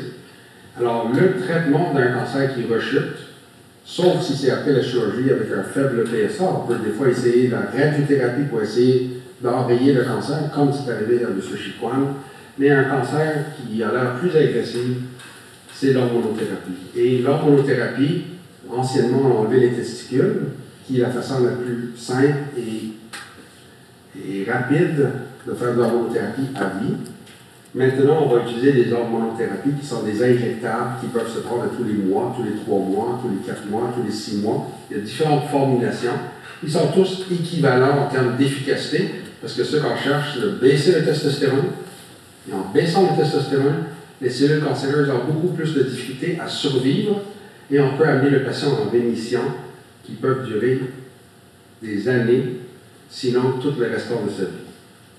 Des fois, on va ajouter aussi des anti-androgènes. C'est ça les pilules qu'on va ajouter aux hormones quand on pense que c'est nécessaire. On dit en anglais, there's no free ride. L'hormonothérapie, c'est simple, une injection tous les 6 mois, tous les 4 mois, mais il y a des conséquences. M. Chicoine en a parlé un peu. La perte de libido, parce que ceux qui donnent le libido, c'est le testostérone. Alors, si on baisse le testostérone, on perd le libido, les bouffées de chaleur, il les a toutes eues. Je ne sais pas le libido, on en a parlé. Mais les bouffées de chaleur, parce que c'est un peu comme une ménopause assez brutale. Parce que c'est du jour au lendemain que le testostérone monte et il y a un déséquilibre au niveau hormonal. Alors, les bouffées de chaleur peuvent varier de minime à très sévère. Et ça, des fois, on est obligé d'intervenir pour aider les bouffées de chaleur et il y a des traitements pour aider les bouffées de chaleur quand ils sont incommodants. La fatigue est probablement ce qui est la plainte principale. Parce que les patients, comme on disait, testostérone, le drive, qu'est-ce que les athlètes prennent pour se faire muscler?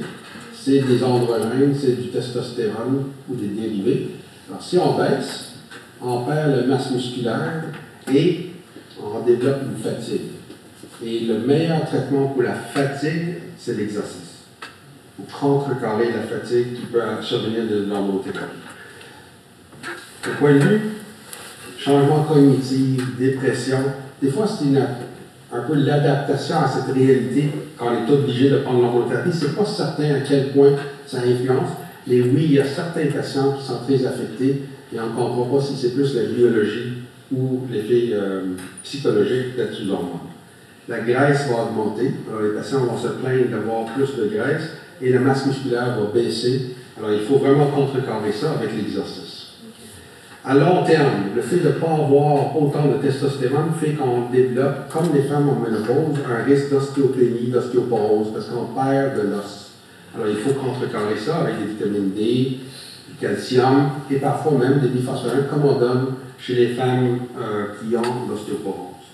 Et on peut aussi développer un syndrome dit métabolique avec la perte de poids et du diabète, mais ça c'est plutôt rare et c'est à long terme. Alors qu'est-ce qu'on a fait? Le Canada a été chef de file à l'échelle mondiale de dire est-ce qu'on doit toujours donner des hormones de façon constante? Et on a réalisé que pour des patients qui n'ont pas de métastase, c'est tout à fait approprié et sécuritaire et efficace de faire des cycles d'hormones. Alors on va donner des hormones pour 6 à 12 mois, après ça on arrête, et quand le PSA remonte, on recommence. Et on a vu que, au point de vue efficacité, c'est aussi bon que de jamais arrêter. Une étude sur 1500 patients qui nous a pris 15 ans à faire, aucune différence sur la survie, mais clairement un avantage au point de vue qualité de vie de pouvoir prendre des repos, des périodes de repos des hormones. Pour les patients qui sont métastatiques, et là je vais arriver dans le dernier diapo, sur les avancées qu'on a faites le plus pour la maladie dite mortelle. Parce que malheureusement, c'est les patients métastatiques qui sont au plus haut risque de mourir vraiment de leur maladie. Alors, un patient qui a des métastases, c'est encore l'hormonothérapie qui est la base, et tant que l'hormonothérapie fonctionne, on ne fait rien d'autre. Et des fois, ça peut fonctionner pour 10-15 ans. C'est vrai que la moyenne pour un patient comme ça peut tourner autour de 3 ans, mais avec les avancées qu'on a, de plus en plus de patients vivent plusieurs années avec une maladie métastatique, contrairement à peu près tous les autres cancers. Quand on parle de l'autre cancer avec des métastases osseuses, d'habitude, on est condamné de décéder à l'intérieur de 6 à 12 mois. Le cancer de la prostate, depuis les années 40, on sait que l'hormonothérapie est efficace, et c'est d'ailleurs à peu près le seul prix Nobel qu'on a gagné en ufologie, c'est avec la découverte de l'hormonothérapie. Alors, anciennement, on avait juste des hormones, le patient prenait les hormones, éventuellement développait une résistance aux hormones et décédait de sa maladie. Mais avant de décéder, il développe ce qu'on appelle une résistance à la castration. Ça veut dire que le cancer trouve moyen de proliférer malgré l'absence de testostérone. Alors c'est ça la maladie résistante à la castration. Et heureusement, dans les 10 dernières années, on a fait des découvertes spectaculaires de plusieurs médicaments qui aident quand on est pris avec une maladie résistante à la castration, qui en fait qu'on a à peu près doublé la survie des patients qui se trouvent dans l'état métastatique résistant à la castration. Et je vais très brièvement passer par les différentes formes de traitement qu'on peut offrir, parce que c'est ça qui donne l'espoir, parce que quand un patient est pris avec des métastases qui commencent à rechuter, c'est vraiment le début d'une catastrophe. Pourquoi c'est un début de catastrophe qu'on veut éviter? C'est que la maladie prostatique, métastatique, c'est surtout au niveau des os que ça va aller. Et quand les patients ont des métastases osseuses et que la maladie progresse malgré les hormones, c'est là où on est le plus sujet à avoir des douleurs osseuses qui nécessitent la radiothérapie palliative. Et on remercie nos collègues en radiothérapie parce qu'ils nous aident beaucoup. C'est un traitement très court, très rapide, qui peut améliorer la qualité de vie et enlever les douleurs, mais ça ne guérit pas. Les patients peuvent aussi avoir des fractures et ils peuvent avoir besoin des fois de la chirurgie pour corriger des fractures. Et c'est des complications qu'on craint quand les patients arrivent à ce stade. Alors, on a des médicaments qui ont été développés déjà il y a une quinzaine d'années, et plus récemment d'autres, pour essayer de renforcer les os, pour réduire le risque de ces complications osseuses. C'est l'acide zolédonique et les denosumab, ou Zometa et Exgeva. Et ce que ces médicaments-là ont démontré, c'est qu'on retarde les complications. On ne peut pas les éliminer complètement, mais on les retarde de façon significative, on baisse la douleur et on peut maintenir plus longtemps la qualité de vie. Et ça, c'est un traitement de support. Ça peut être pris avec tous les autres médicaments qui prolongent la vie. Parce que ces médicaments ne prolongent pas la vie, mais ils peuvent être ajoutés aux autres médicaments. Après ça est arrivée la chimiothérapie. C'était la première classe de médicaments pour un cancer résistant à la castration avec des métastases. Et contrairement à notre croyance que la chimiothérapie nuit à la qualité de vie, toutes les études ont montré que non seulement on prolonge la vie avec la chimiothérapie, qu'on baisse la douleur et les symptômes, mais on améliore carrément la qualité de vie comparativement à ceux qui n'ont pas reçu la chimiothérapie. Alors, c'est vraiment pas juste pour vivre à tout prix ou vivre plus longtemps à tout prix.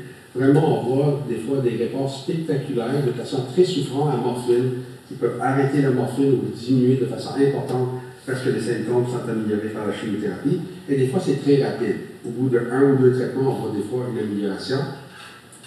Et d'habitude, la chimiothérapie, c'est dans tous les 3 semaines, maximum de 10 cycles. Alors, il y a une discussion avec le patient quand on décide d'aller vers la chimiothérapie. Et on, d'habitude, continue pour 3 mois, alors 4 cycles, avant de décider si ça fonctionne ou pas. Et si jamais vous avez à prendre la chimiothérapie, il y a à peu près le tiers des patients que le PSA peut monter au début avant de commencer à baisser. Alors, c'est comme si on ralentit la vitesse d'un train qui va à 200 000 à l'heure. Quand on commence à le ralentir, mais il continue à aller en avant, et après ça, il baisse, et là, le PSA commence à baisser. Après la chimiothérapie, ce qui est apparu dans les années 2011, 2012, 2013, c'est des médicaments, étonnamment, à base hormonale. Alors, on avait une maladie qui résistait aux hormones habituelles, et là, tout d'un coup, on avait des médicaments plus puissants avec une fonction hormonale qui venaient améliorer la survie des patients. Le premier, c'était abiraterone, ou Zytiga, que peut-être certains d'entre vous ont lu. Et la première étude était après la chimiothérapie, alors vraiment très tardivement. Et la deuxième étude était avant la chimiothérapie pour retarder ou remplacer la chimiothérapie. Alors, la façon qu'elle fonctionne, c'est qu'on va aller bloquer les enzymes qui produisent le testostérone. Alors, ça va plus loin que d'empêcher les testicules de produire du testostérone. Ça bloque la production de testostérone qui peut venir des surrénales ou du cancer elle-même. Parce que le cancer devient intelligent avec le temps, il est capable de produire un peu de testostérone pour se nourrir.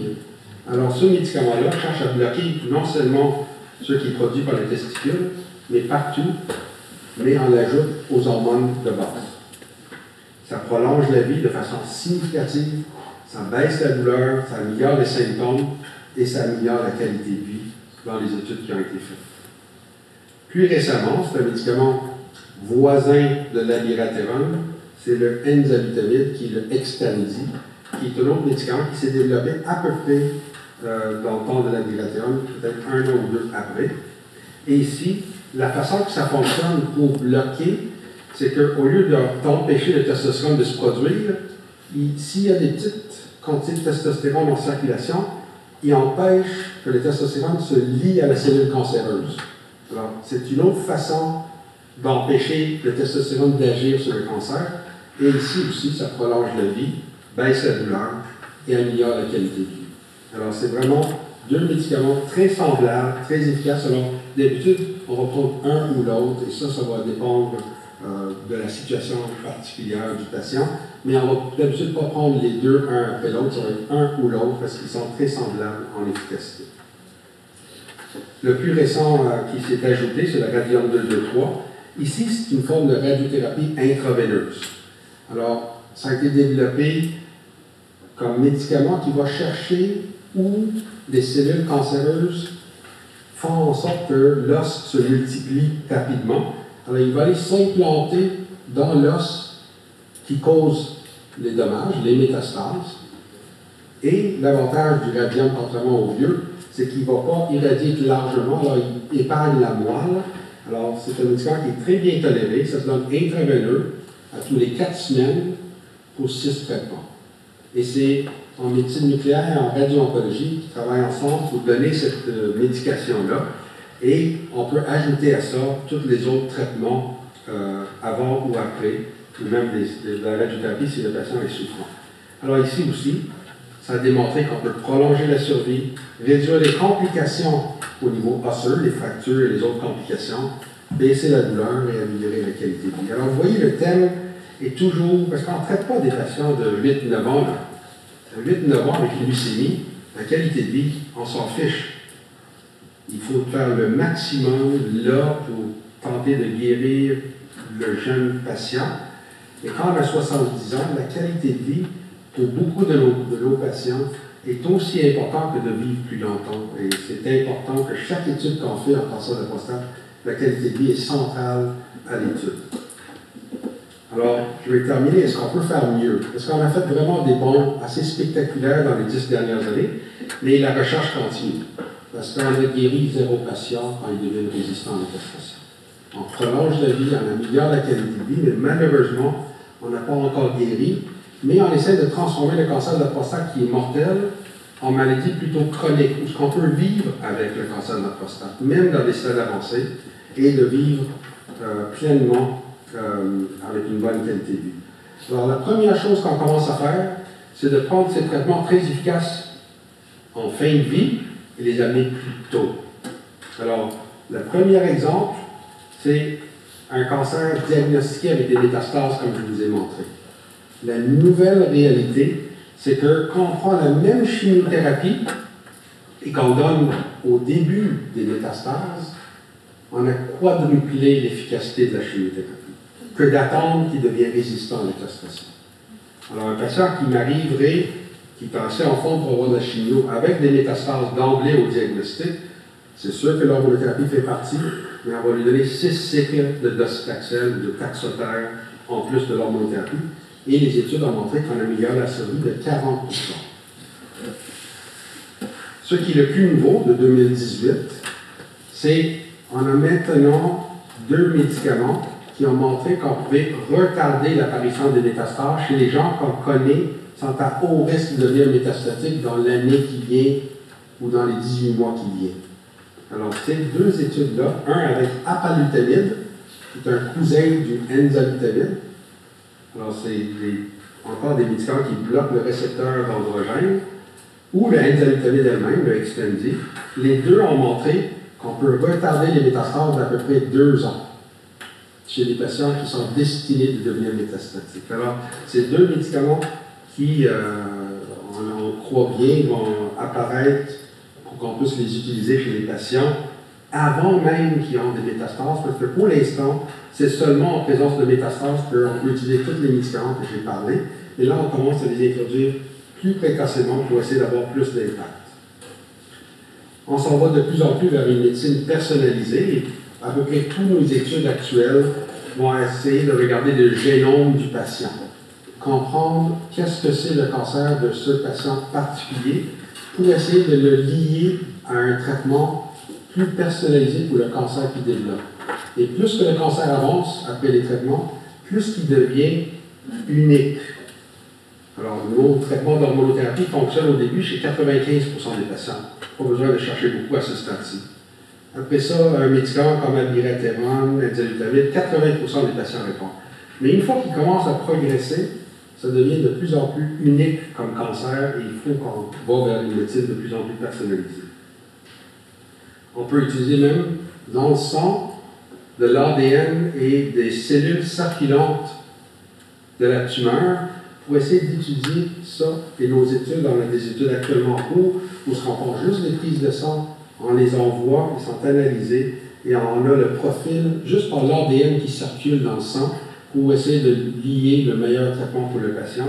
Et ça, c'est un peu la façon qu'on espère pouvoir arriver avec des nouveaux traitements plus rapidement que de faire toujours des études à 1000 ou 1500 patients qui prennent 10 ans à faire. Et ici, au laboratoire, on a des étudiants qui vous ont donné des tours, Kayla est peut-être dans la salle quelque part, et d'autres. Et ici, on travaille avec la Polytechnique, ils ont développé un genre de chip où ce qu'on peut mettre des cellules cancéreuses en contact avec des traitements pour essayer de prédire si le cancer répondrait mieux à un traitement ou à un autre. Et c'est un peu l'avenir, c'est encore très expérimental, mais on commence à essayer de personnaliser pour prédire avant qu'on donne un médicament si cette tumeur en particulier du patient pourrait bien répondre ou va résister au traitement. Alors, jusqu'à 2011, les choix qu'on avait, c'était les hormones. Est apparue la chimiothérapie taxotere ou docetaxel.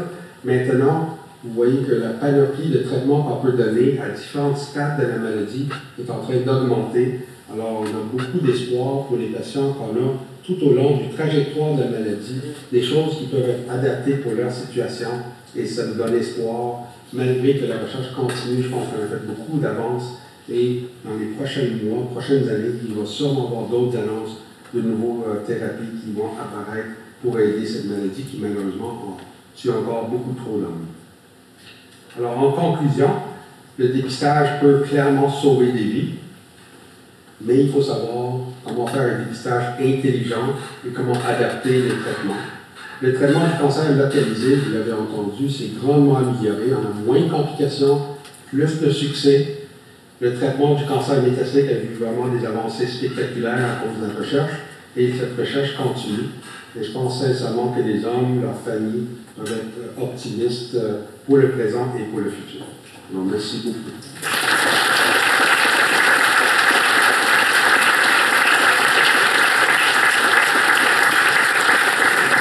C'est juste pour montrer que ce travail, vraiment, tout ce qui se fait au CHUM, c'est vraiment un travail énorme d'équipe, avec la radio en cours, la médecine nucléaire, l'oncologie médicale, la recherche fondamentale, la recherche clinique, et des organismes subventionnels, et surtout les patients qui acceptent de faire partie des protocoles de recherche et qui donnent de leur temps et de leur énergie pour ça. Merci encore.